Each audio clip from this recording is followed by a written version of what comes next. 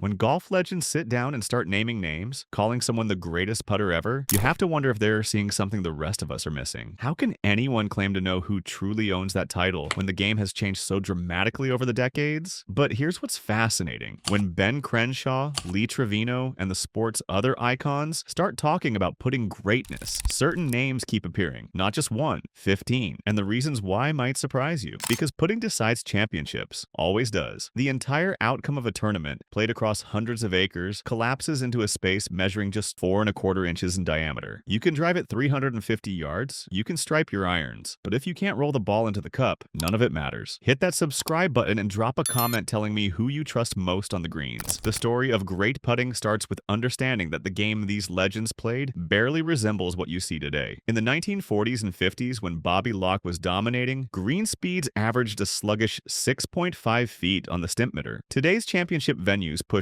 13 or 14. Back then, grass was cut at a 1/4 inch instead of today's 1/10 of an inch. Greens had grain. They had footprints. They spiked up as the day wore on. This meant you couldn't use a smooth, flowing pendulum stroke. The grass would grab the ball immediately. To hold the line, you had to pop it. Strike it sharply. Launch it with enough energy to skip over the initial imperfections before settling into a roll. Putters had more loft. 4 to 6 degrees instead of 2 or 3, just to lift the ball out of its depression in the spongy turf. Technique wasn't about preference, it was about survival. Bobby Locke understood this better than anyone. The South African maestro played golf on a different geometric plane. While everyone else aimed square, Locke set up closed, aiming his body way right of the target. Then he'd bring the putter back inside, hood the face, and strike the ball with an inside-to-out motion. He was hooking his putts, intentionally, creating overspin that made the ball dive toward the hole. On those slow, grainy surfaces, that spin held the line. He used a hickory-shafted blade his entire career. Received it as a child. That hickory gave him feedback steel couldn't match. He won the Open Championship 4 times between 1949 and 1957. His lag putting was legendary. At the 1948 Chicago Victory National, witnesses claimed he played 72 holes without missing a putt under 5 feet. That level of dominance borders on mythical. Locke's career ended very tragically. A car accident in 1959 left him with migraines and eye problems that destroyed his ability to read greens. But his legacy stands. He proved putting was a distinct game within the game, one you could master through unconventional means if the logic was sound. Then came Billy Casper. In the shadow of Palmer, Nicklaus, and Player stood this quiet technician who amassed 51 PGA Tour wins. If Locke was the artist of the hook, Casper was the master of the pop. He stood closed, hands held high and tight to his body. This locked his elbows into his ribs. His stroke had almost no follow-through. He'd wrap the ball sharply and stop immediately after impact. The 1966 U.S. Open at Olympic Club is Casper's monument. 9 holes to play, 7 shots behind Arnold Palmer. While Palmer leaked oil, Casper went to work. He navigated those sloping greens with surgical precision, draining putt after putt to force a playoff. The next day, he did it again. He one-putted 33 times over the final 36 holes. His pop stroke held up under crushing pressure. Casper was also renowned for his exceptional green reading ability. He possessed an uncanny knack for seeing the high line. He rarely missed on the low side, understanding that a ball below the hole has 0 chance. Jack Nicklaus, 18 major championships, the greatest champion in golf history, but those majors were secured on the greens. Nicklaus wasn't the best putter statistically, but inside 8 feet on the back 9 of a major, he simply didn't miss. He was the ultimate clutch putter. His philosophy came from a simple idea. While Palmer rammed putts into the back of the cup, trying to take the breakout, Nicklaus let them die. He visualized the ball arriving with just enough speed to topple over the front edge. Dying putts effectively enlarge the hole. A ball with speed must hit dead center, but a dying ball can catch the side door and still fall. He putted from a deep crouch, eyes over the ball. His George Low Wizard 600 was a simple heel-shafted blade he trusted for decades. At the 1986 Masters, age 46, Nicklaus stood over a birdie putt on 17. As he struck it, he raised his putter in triumph before the ball was halfway there. The ball vanished. From 1960 to 1986, his career was punctuated by 8 to 15 footers made at the critical moment. Ben Crenshaw is widely cited by his peers as having the purest stroke in golf history. Gentle Ben. The nickname fit his demeanor and his hands. He used a Wilson 8802 blade for decades, a putter with a sweet spot the size of a pinhead and 0 forgiveness. To put well with an 8802, you must strike it perfectly every single time. Crenshaw did. His grip pressure was famously light, like holding a small bird without crushing it. This let him feel the weight of the putter head throughout the stroke. His stroke was long and flowing, a barn door action where the toe opened significantly on the backswing and closed on the follow-through. High risk. If the timing is off by a millisecond, the ball goes sideways. But Crenshaw's rhythm was metronomic. His 1995 Masters victory came days after burying his mentor Harvey Penick. He navigated Augusta's treacherous greens without a single three-putt. On greens running at championship speeds, his lag putting was impeccable. He famously said, "Pace is vital. Pace is more important than line. If the speed was perfect, the line would take care of itself."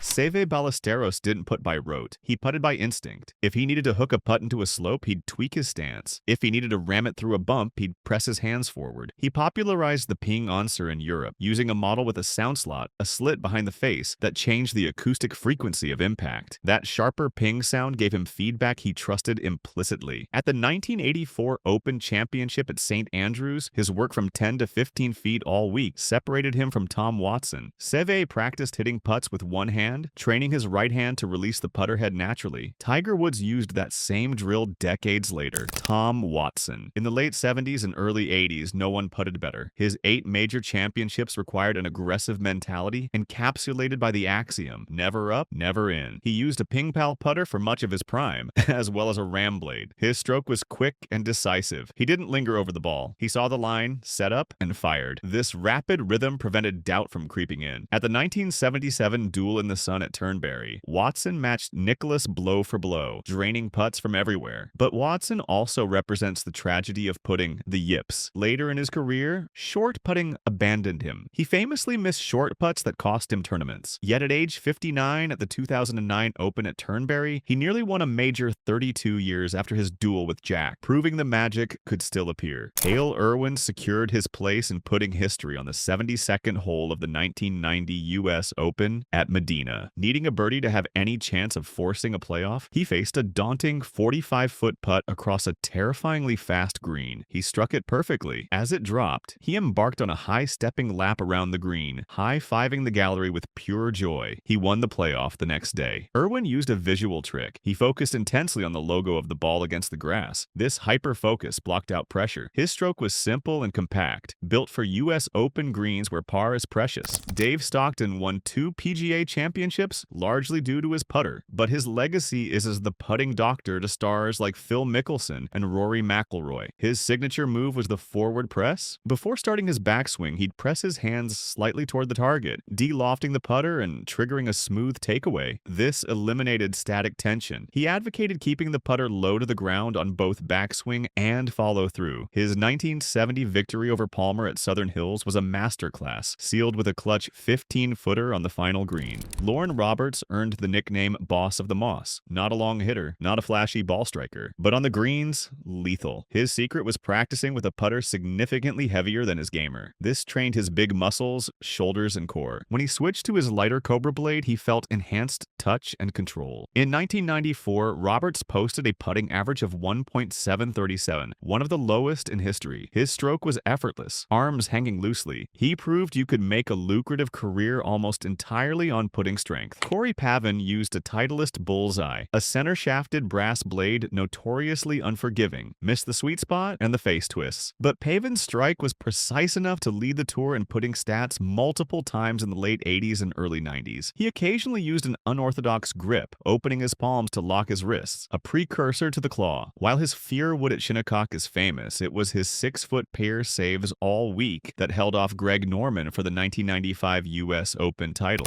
Brad Faxon is the bridge between the feel era and the data era. Peers including Tiger and Rory cite him as the best pure putter they've ever seen. In 2000, Faxon set a record that still stands, 1.704 putts per green in regulation. He went 327 consecutive holes without a 3-putt. His genius was mental. He advocated a careless attitude, not uncaring, but tension-free. "My only secret is confidence," he said. "I just try to hit every putt as if I've made a million in a row." He played quickly, trusting his initial read and instincts. Paralysis by analysis kills the natural athletic ability required to putt. Tiger Woods. If Nicklaus is the clutch putter of the 20th century, Tiger is the clutch putter of all time. He combined the die pace of Nicklaus with the aggressive conversion rate of Watson, underpinned by mechanical repetitiveness that withstands extreme pressure. During his peak from 1999 to 2009, he was statistically unrivaled. In 2004, the first year of detailed data, Woods gained over 0.8 4.5 strokes per round on the field putting. Over 4 rounds, that's a 3.4 shot advantage from putting alone. His stroke is technically perfect. Athletic posture, reverse overlap grip with high hands aligning the shaft with his forearms. He focuses intensely on keeping his left hand flat and moving toward the target, preventing face rotation. He visualized the entry point, the specific quadrant of the cup the ball would fall into. The 2008 U.S. Open at Torrey Pines is his putting masterpiece. Playing on a leg with a double stress fracture and torn ACL, Woods refused to miss critical putts. Saturday at the 13th, trailing, he drained a 65-foot eagle putt that shook the course. Sunday on 18, needing birdie to force a playoff. He faced a 12-foot bumpy slider on Pioa Anua. He struck it purely, knowing it was in before it dropped. Arguably the most famous putt in history. Throughout that week, he made putt after putt inside 10 feet to save par, demoralizing the field. Steve Stricker is the model of modern consistency. His stroke is the antithesis of the pop, dead-handed motion, very little wrist break, driven entirely by shoulder rocking. He's used the same Odyssey white-hot number 2 putter for nearly 2 decades. The insert is so worn it's lost its original properties, but he refuses to change. This equipment consistency gives him perfect speed control. Stricker is so respected that Tiger sought his putting advice in the mid-2010s. His tips on setup helped Woods regain form. On the Champions Tour, Stricker has been dominant, winning majors and completing a three-peat at the Sanford International. Luke Donald reached world number 1 despite ranking outside the top 150 in driving distance. He did it by being the best putter on earth. In 2011, he led both the PGA and European tours in strokes gained putting. He went 483 consecutive holes without a 3-putt. He used an Odyssey white-hot XG number 7, a high MOI mallet with fangs that increase stability on off-center hits. Donald proved that in the modern game, putting efficiency could trump power. Jordan Spieth's 2015 season is one of the greatest statistical putting seasons ever. He gained 2.5 strokes per tournament on the field on the greens. His superpower was making putts from 20 to 25 feet. Most pros try to lag those. Spieth tried to make them. In 2015, he converted from that range at nearly double the tour average. This allowed him to win the Masters and U.S. Open back-to-back. He's famous for an unconventional technique on short putts. He looks at the hole, not the ball. This quiets the mind, relies on hand-eye coordination rather than mechanical obsession. It requires immense trust, but eliminates the anxiety of watching the putter head. So who's the greatest putter ever? That's the question you came here for. And here's the truth. There isn't one answer. Bobby Locke adapted to the grain of South Africa. Billy Casper adapted to Pioa Anua. Tiger Woods adapted to the pressure of history. Despite the differences in technique, from Locke's closed stance hook to Stricker's open stance pendulum, certain truths remain constant. Confidence is king. Whether it's Faxon's carelessness or Irwin's intensity, belief in the result matters more than the method. Speed control is everything. The greatest putters, from Crenshaw to Nicklaus, understood that pace is the primary factor in holing putts, and adaptability is essential. The best putters evolve. While the long ball draws the crowds, these 15 players confirm the ancient truth. The game is won and lost on the greens. Whether through the pop of the past or the roll of the present, these legends mastered the final inch. So here's my question for you. Who do you believe is the greatest putter of all time? Drop your answer in the comments. Let's settle this debate once and for all.